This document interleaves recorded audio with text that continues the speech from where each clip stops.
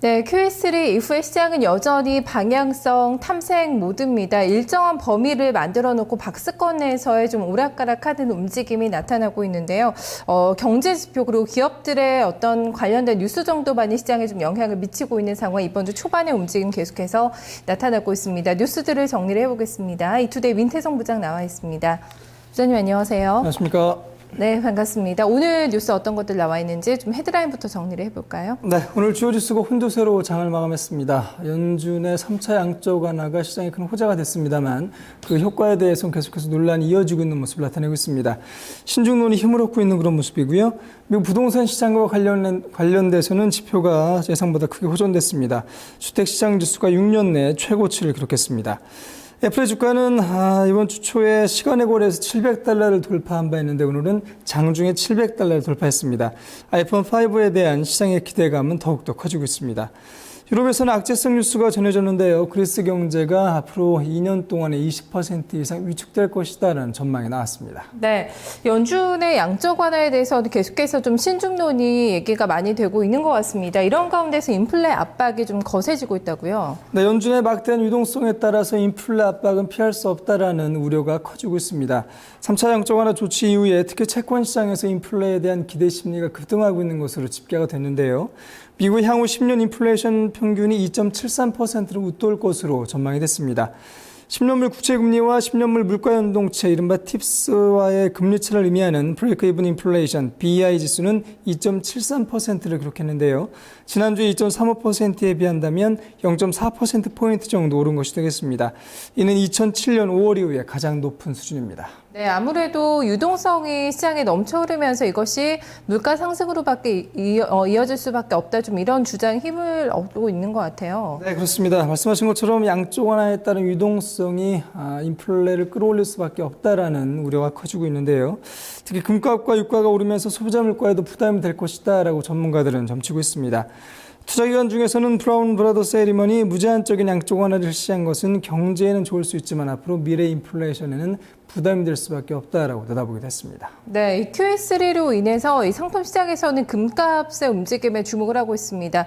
최근에 좀 연속적으로 상승 흐름을 타고 있는데요. 계속해서 좀 오름세를 이어나갈 것이다 이렇게 전망이 나오고 있죠. 네, 그렇습니다. 특히 상품 시장에서는 금값이 추가적으로 오를 것이다라고 전문가들이 점치고 있습니다. 뱅크 오브 아메리카는 금값이 2014년까지 36% 급등할 것으로 전망을 했는데요. 예상이 맞는다면 온스당 $2,400에 달할 것으로 예상이 되고 있습니다. 연준이 모기지 증권 매입을 2014년 말까지 지속하고 올해 오퍼레이션 트위스트를 이어간다면 금값 상승은 피할 수 없다는 것이 전문가들의 예상이 되겠습니다. 모건스탠리 또한 금값이 내년에 평균 $1,800를 갈 것이다라고 전망했고요. 도이치방크는 내년 상반기에 $2,000까지 오를 것으로 예상을 하게 됐습니다. 네, 일단 QE3를 놓고 그 효과에 대해서도 계속해서 이 분석을 하고 있지만 연준 내부에서는 여기에서도 더 또 추가적인 정책을 쓸 수 있다. 좀 이런 주장들도 많이 나오고 있죠. 네, 그렇습니다. 연준 내 비둘기파들의 의견도 여전히 목소리를 높이고 있습니다. QE3에 찬성했던 대표적인 인물인데요. 찰스 에반스 시카고 연방준비은행 총재는 연준이 경기 부양을 위해서 추가적인 조치에 나설 수 있다는 입장을 밝혀서 주목을 끌었습니다. 오늘 에반스 총재는 미시건주 애나버에 선서를 가졌는데 연준이 경기 부양을 위해서 전력을 다하고 있다라고 말했고요. 추가 부양책을 펼칠 수 있다라는 점을 강조했습니다.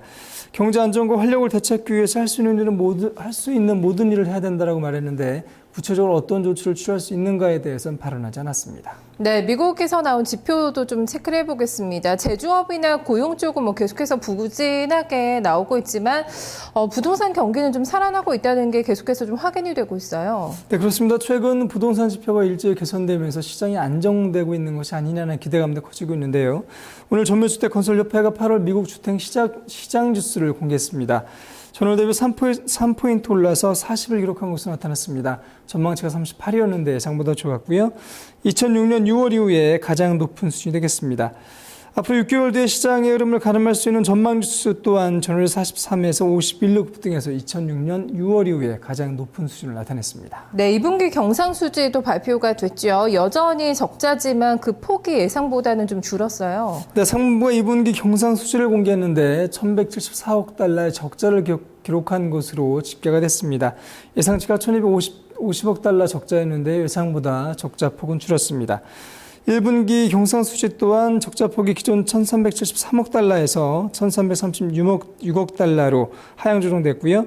GDP 대비 적자 규모는 전분기에 3.5%에서 3.0%로 하락했습니다. 네, 애플의 주가 계속해서 눈이 갑니다. 결국에는 700달러를 좀 찍었죠. 네, 오늘 애플의 주가가 상승세를 이어갔습니다. 장중에 0.3% 올라서 701.93달러로 장을 마감했습니다. 올 들어 73% 이상 오른 셈이 됐습니다. 역시 아이폰 5에 대한 시장의 기대감이 그만큼 크다라고 볼 수 있을 것 같은데요. 아이폰 5는 사전 예약만 200만 대 이상을 기록을 했습니다. 이에 따라서 애플의 실적 또한 기대 이상으로 좋아질 것이다라는 기대감이 나오고 있습니다. 스테네치 앤 리치는 아이폰 초기 물량이 이미 소진됐다는 점에 주목을 했고요. 3분기 판매 전망치를 기존 2,300만 대에서 2,600만 대로 상향 조정한다라고 발표했습니다. 네.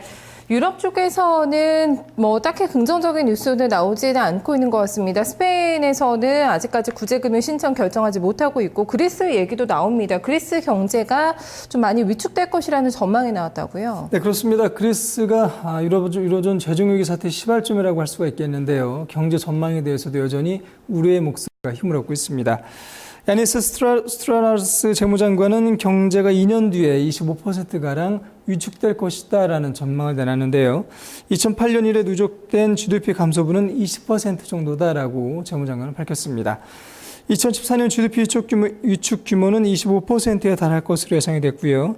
2014년까지 정부와 개인 부분의 기타 부채 또한 65억 유로에 달할 것으로 전망이 됐습니다. 네, 잘 들었습니다. 오늘 수고 많으셨습니다. 감사합니다. 네, 오늘 나왔던 중요한 뉴스들의 흐름을 좀 정리를 해봤습니다. 시장에 영향을 미쳤습니다. 종목과 업종별로는 어떤 흐름을 나타냈는지 또 상품시장의 마감 동향까지 함께 정리를 해보시죠.